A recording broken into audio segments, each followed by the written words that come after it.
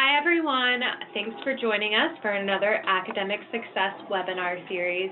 I am Ashley Bray. I'm the Disability and Learning Skills Specialist at the School of Continuing Studies, and I have here with me my colleague, Annie Balot. Hi, everyone. She is the Learning Skills Specialist for the Academic Resource Center here on main campus. Thank you all for joining us. I hope everyone had a great Thanksgiving break, and we're getting back into the swing of things and getting back into getting ready for finals. And so that's a little bit about what we're going to talk about today. So before we get started, just a few housekeeping things. Our very last webinar for this semester will be next Tuesday, December 5th at 5:30, the same Zoom link, and it will be finals prep, the home stretch. So doing one last thing on finals prep and talking about some ways you can implement some study strategies and some relaxation techniques as you guys are preparing for finals. You can find all of our old webinars on our website, academicsupport.georgetown.edu. As always, make sure you're following us on social media. Our handles are for Facebook, ARC Georgetown, and for Instagram, ARC_Georgetown.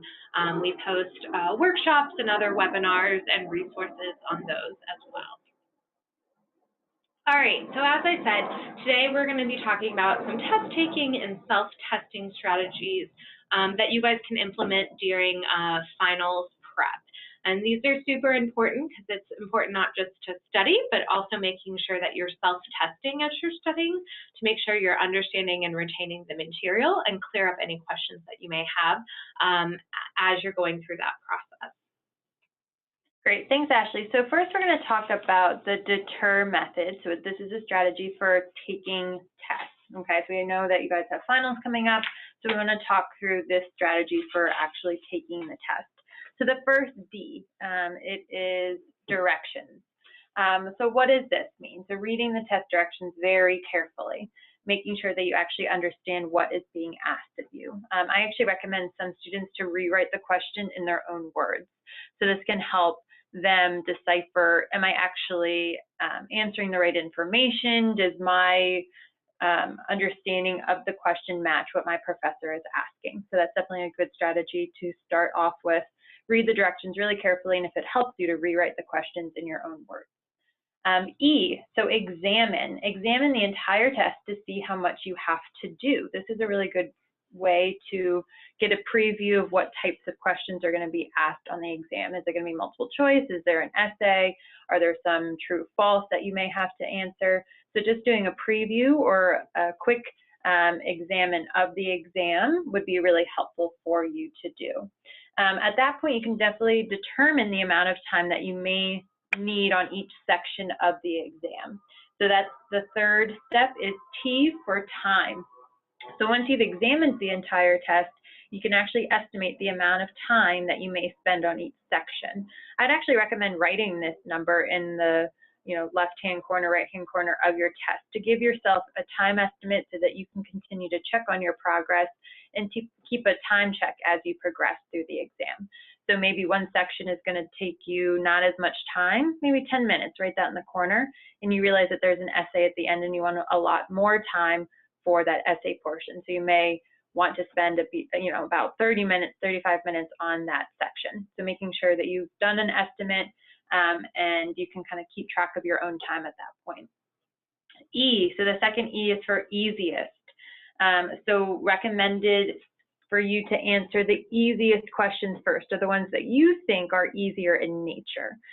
This is a strategy so that you don't spend too much time on the more difficult questions. You're able to tackle some of the easier questions, and I don't really like the word easier, right, Ashley? Right. But the ones that we think we're more confident in, how about that? The ones that we're a little bit more comfortable with the material, go ahead and answer those first, and then you can spend more time at the end kind of tackling the more difficult questions that you have. All right, and the last is R for review. So if you've planned your time correctly, if you've done a pretty good job of estimating, you'll have time to go back and review your answers to make sure they're as complete and as accurate as possible. We definitely recommend don't second guess yourself. So don't go back and say, oh, I need to change all of my answers again. The review should really just be making sure that your essay questions or essay answers are as thorough as possible, that there aren't any missing questions that you might have just skipped over accidentally. But the review session is just a time to make sure you've answered all the items required. All right, thanks, Annie. So we're going to start talking about multiple choice tests, which are probably the most common that a lot of us see. So these are just a few strategies to keep in mind as you are doing multiple choice exams. So the first one, circle or underline important words in the item. This will help you focus on the information most needed to identify the correct answer or choice. Read all the answer choices before selecting one, even if you know, if you're super confident that's the choice. It's just as likely for the last answer to be the correct as the first, and it's just important to make sure you're reading through everything on that exam. Cross out answer choices that you are certain are not correct. This will help you narrow down the correct answer choices, maybe especially if you're struggling between one or two answers. Look for two answer choices that are opposites.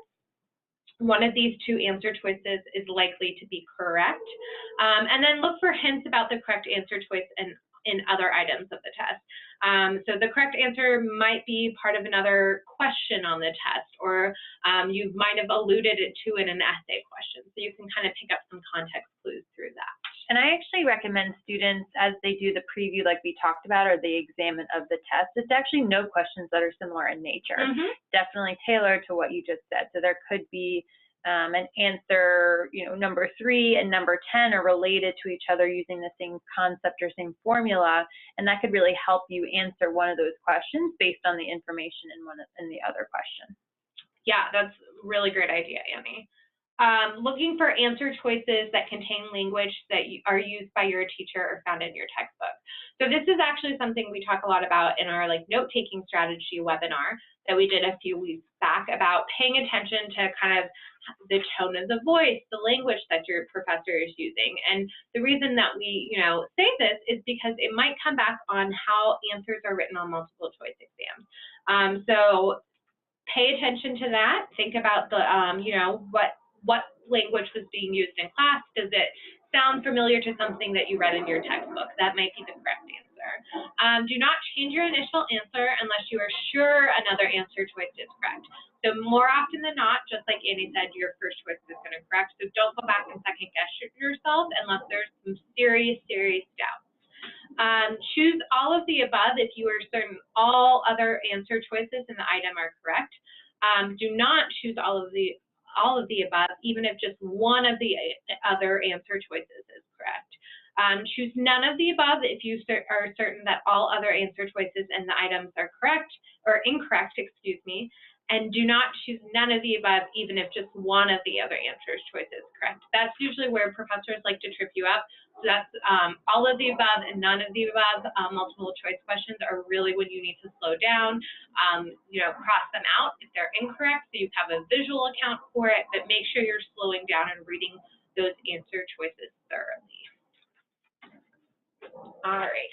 Great. So now we're going to transition into true-false questions on the exam. So making sure, choosing true for an item when you are sure that that entire statement is true.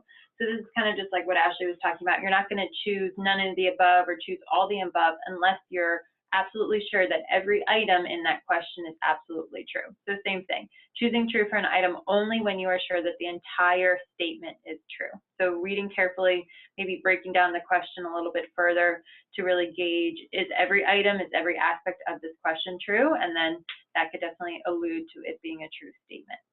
The second part, so being careful when a statement contains a negative word such as not, or a negative prefix such as in the word unfriendly.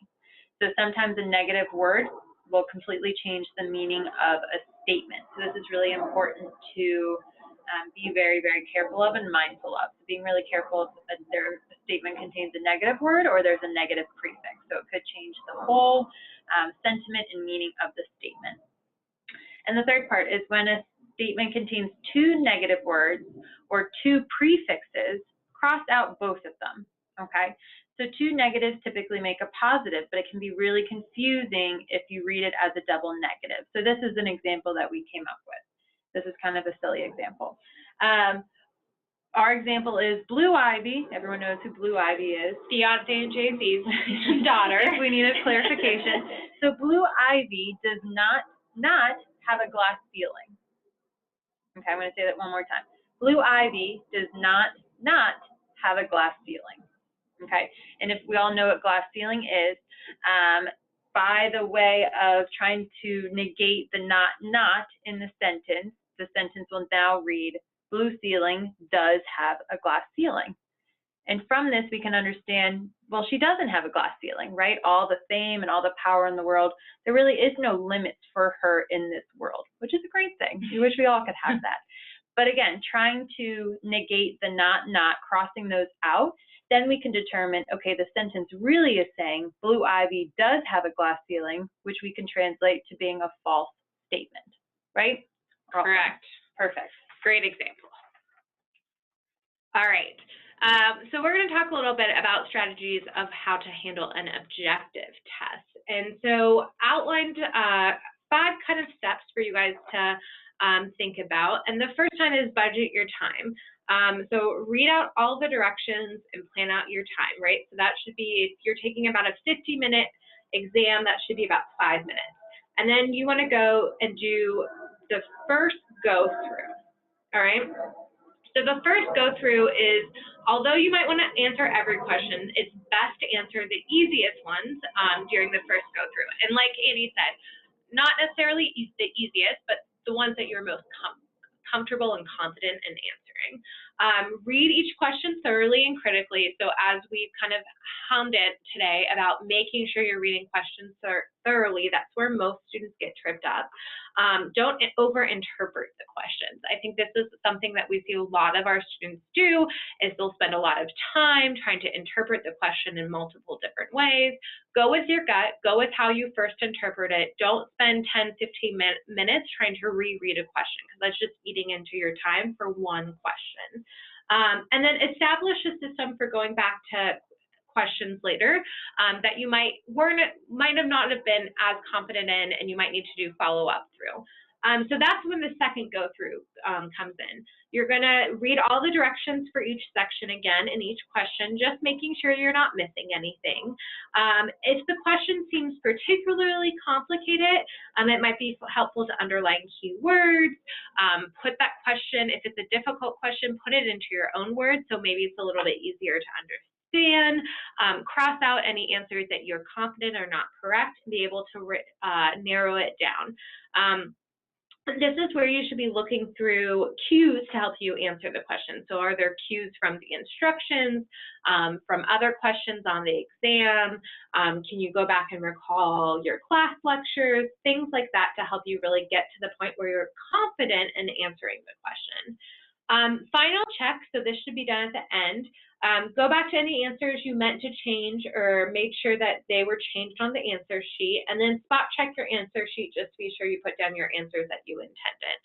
So it's just kind of a going through, making sure, covering all your bases, making sure everything's complete, and that you're confident in turning that in. Wonderful. That's some good information. Okay, so we know that a lot of students actually have essay questions or an essay as their final exam. So here's a few strategies that we came up with to really tackle those types of exams. So making sure that you're carefully reading the question, like we've talked about, breaking down the question into parts so you know what you need to answer for full credit. So this could be rewriting the question. It could be listing out the different aspects or points that you need to include in the essay to make sure you are actually pinpointing and highlighting each of those aspects. Some of these essays could require, a few different parts of it. Using resources from, a book that you read in class, or, a different examples that you can come up with. So making sure that you understand the question and you're really breaking the question down to make sure you are encompassing all the parts of the question.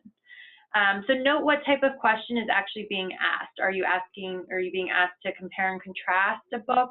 Are you being asked to analyze an article, or a conversation that was held in the classroom? Are you asking just to comment on and kind of give your perspective on a certain topic? So making sure you actually understand what type of question is being asked of you and how you can actually start framing your essay exam.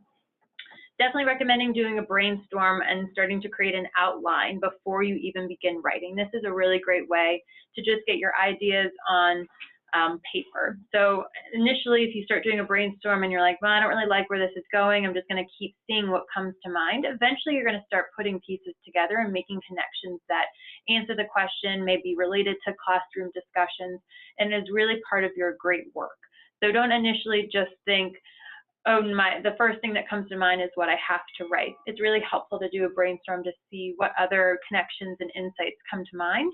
And then at that point, creating an outline would be really helpful to kind of format your essay and make sure that you are kind of tackling all the different aspects of the question. And Annie, I think this is a great thing for even multiple choice or true and false questions. If you have formulas that you need to remember or certain pieces of information that are tricky and sometimes you get caught up on, do kind of that like brain dump at the beginning and write them just like on your scrap piece of paper or in the margin. That way you don't forget that information as you are trying to process through that whole exam. Yeah, that's a great idea too. And the last part, so if you have time, but definitely we want to make sure that you are budgeting time at the end to make sure that you're rereading your essay, making sure that it's correct spelling, grammar errors, the outline, the flow of the essay is what you intended it to be. If there needs to be any corrections at the end, should be definitely time that you take to review. Great. And so we're finally, before we get into some self-testing strategies, just wanted to provide y'all a couple general cues for exams. So the most general alternative is often the correct answer. Two similar alternatives can usually be eliminated. When two alternatives are opposite meaning, then this usually means one of them is the correct answer. If you're not sure about a number answer, toss out the high and low and consider the middle range numbers. And then for none or all of the above alternatives, if you know 2 or 3 of the options are correct on all of the above, it's a strong possibility that all of the above would be the right answer. Great, so now we're going to transition into some self-testing strategies, which I think is very, very important as you start preparing for your final exams or for any exams in general, but certainly when we're thinking of all the final exams you guys will have coming up, it's really important to think about how you can really self-test. And self-test comes down to checking for understanding, parsing out information you're really comfortable with and figuring out information you're not as comfortable with and you need to really strengthen and understand a little bit more. So first strategy is to organize the material that you have for the exam into meaningful clusters. This could come in the form of organizing your notes based on topic. It could be based on lecture date. It could be based on just like one theory or concept.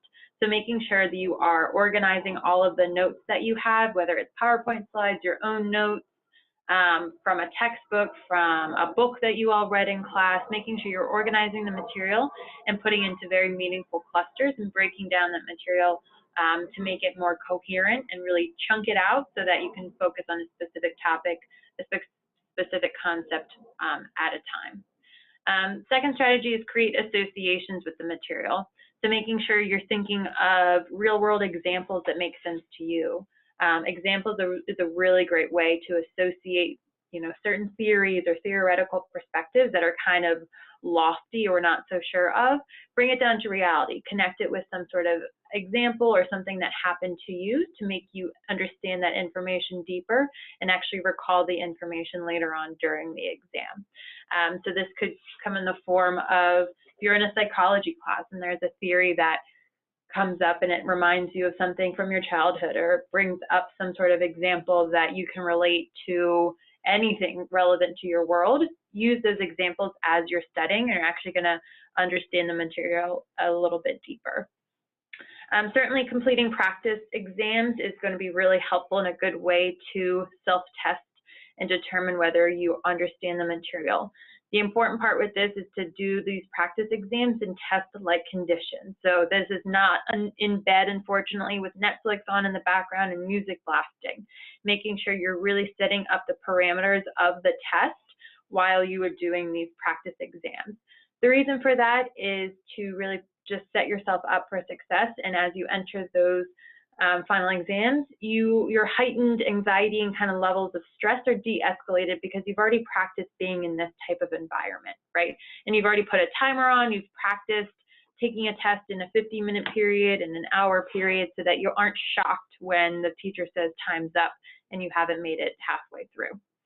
All right, so then moving on, so using different outlines for notes depending on the course or material.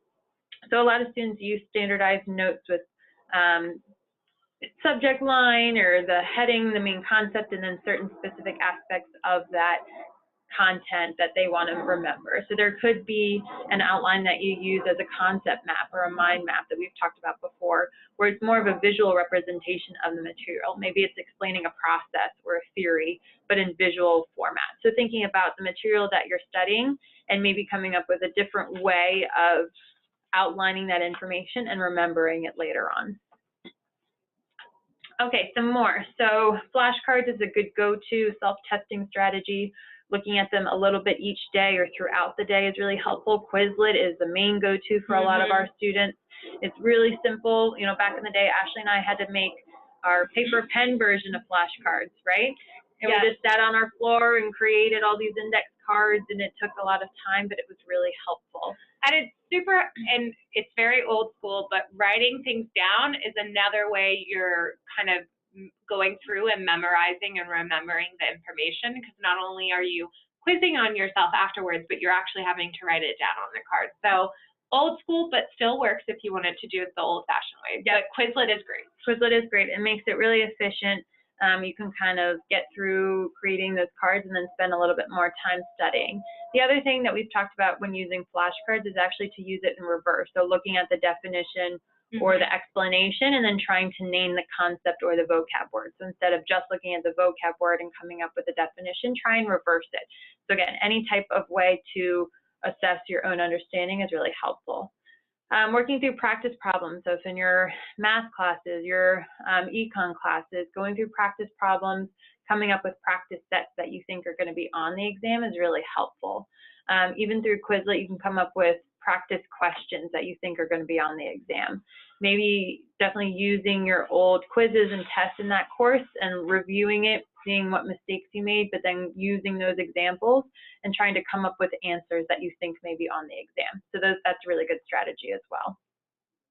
Self-test, just like we talked about, predicting questions that are similar to ones that you think will be on the exam. Maybe professors are coming up with study guides to give you, and you can use those main concepts to come up with questions that you can predict will be on the exam. And then studying in groups or with a peer. So teaching the material out loud to somebody else is going to really cement the information in your mind and really increase retention. If you don't have anybody to teach out loud to, I recommend students use the voice memo app on our phones. So you can teach out loud a concept, a process, record it through the voice memo app, and then listen back to it. So this is the way, as you're listening back to your teaching of the material, you can have your notes next to you and check to make sure, is that the correct information? Did I explain that correctly? I actually recommend this for students in foreign language courses. So if you have oral compositions that you need to complete, you can practice your pronunciation of words and stringing words together to make a complete sentence. So this is a really good way to record yourself, practice that aspect, and then listen back to it to make sure you actually are accomplishing what you want to.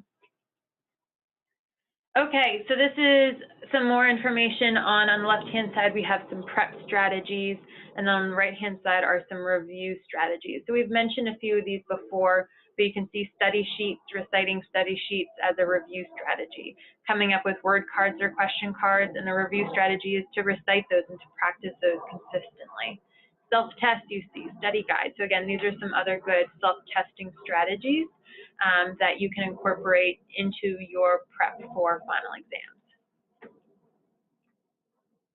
Okay, so the last part that we're going to tackle is those final exam nerves. So a lot of students say that they experience, very nervousness as they're going to their final exams. That type of nerves is pretty common, right? Everyone has those types of feelings. When I go into certain meetings or certain presentations of my own, I have, some nerves. So it's just figuring out ways to really cope with it and work through it, okay? And here's some strategies that we've come up with. So incorporating some sort of stress-reducing activity the morning of the exam. So figuring out what type of activity or relaxing event you like to do that helps you feel centered again, helps you reset, refocus. For me, it'd probably be working out or like listening to music would really put me in a calm, centered state. Other students may be like playing a musical instrument or like going to take a walk or sitting quietly, listening to a podcast. So figuring out what type of stress-reducing activity works for you and then making sure you're doing that the morning of or before your exam to go in feeling less stressed. On the day of the exam, definitely don't try and cram in new information. So this is definitely recommended. Do not try and cram in new information. The most that you should be doing the day of the exam is to just review the information that you have been studying, hopefully more than a week or a few days out. But definitely don't try and learn brand new information. Why do we say don't learn brand new information, Ashley? Well, part of it is it's only being stored in your short-term memory, right? So part of that get a good night's sleep, which I know Annie is going to get to in a minute, is because it gives your brain time to store all that information you've been studying into long-term memory from short-term. Also, I think of the day of the exam, we're all naturally a little bit nervous on the days of exams. I know I am, no matter how confident we are in the material. And sometimes by introducing some new material can really kind of throw you off and almost make you forget the stuff that you studied before, because that's the last thing that's going to be on your brain when you're going into that exam. Yeah, exactly. That was a great explanation. And just like Ashley alluded to, making sure you get a good night's sleep the night before, but especially 2 nights before your final exams, making sure you are definitely getting at least 7. I would even recommend 8 or 9 2 nights before, just so that you are well rested. We do not recommend cramming or procrastinating, waiting till the night of. We definitely have a lot of webinars and information about how to create effective study schedules to break down the material way in advance so that you don't end up cramming. So making sure you are well rested, you had a great breakfast, and you're going into these exams as stress-free as possible. And making sure you keep a positive mindset, so making sure that you don't have any negative self-talk, that you are thinking of things in terms of, okay, I know this information, I'm going to do as well as I can, I'm really confident. Just having a great positive mindset is always important when going into your final exams. And then on the right-hand side, you can see just a quick breathing exercise that one of our CAPS counselors has recommended for students to just use during, before exams or before presentations, just a way to kind of calm yourself, calm your nervous system, and make sure you are kind of feeling relaxed and calm going into final exams. Great. So I think we have a couple of questions. Yeah. And we'll give everyone a minute to type those out into the chat box. All right. The first question we have that came in says, what happens if you get to your exam and you don't know the answer? Like, what happens if you just blank out completely? Yeah, so this can happen from time to time. So the 2 kind of recommendations that I can make would be to check for lookalike options to find out what you consider the best answer among them. So if there's, as we talked about, the 2 alternatives, one is the complete opposite over the other, there might be a good chance that one of those are the alternatives. So you can use some of those multiple choice strategies as well. And then check for the most inclusive option, the one that contains the most information. So those are kind of 2 tips that if you get to a point where you just don't know or you just blank out, you can use those strategies, but always just kind of try your best. I'm sure that information is in there somewhere. This might be a good time to take a couple of deep breaths, come back to it later at the exam if you're really unsure. Yeah, I actually recommend students also do a brainstorm at this time too, maybe just on a scrap piece of paper, just see what comes to mind as they start thinking through the question and aspects of the question. And again, maybe the first thing that comes to mind isn't the correct answer, but by doing the brainstorm, you're kind of weeding out information that could potentially be an answer, could not potentially be an answer. But if you do have that blanking out version, just take a deep breath, like Ashley said, maybe start doing a brainstorm and using some of those cues could be helpful. Okay, the second question that came in says, what tips are there for short answer questions on an exam? Yeah, so great question. So short answers are super similar to essay questions in that you should take a few seconds to write out examples or terms or information that you want to use in it. So as you kind of fill in that information, you should move through these pretty quickly, answering those that you can easily recall. And oftentimes with these short answers, like we said before, some of the answers or something might trigger something in your memory. Those can usually be found in multiple choice area questions. And then keep in mind about how much each question is worth in points and how many points you will lose if you take up too much time on one question. I think one thing that we really stress to students is they're short answers, so they should be short answers, not like your long essay questions. So as Annie talked about strategy and going through and taking time, writing the time down for each section, this should be less than your essay questions, but maybe a little bit more time than your multiple choice questions. Great, that's awesome information.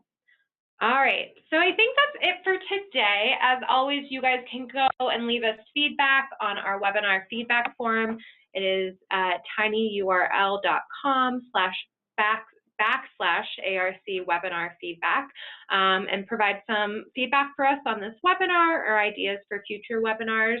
And as I mentioned earlier, we will be having our very last webinar on the final stretch for final exams, and that will be held next Tuesday at 5:30, same Zoom link. And as always, thanks so much for joining us. Have a great night.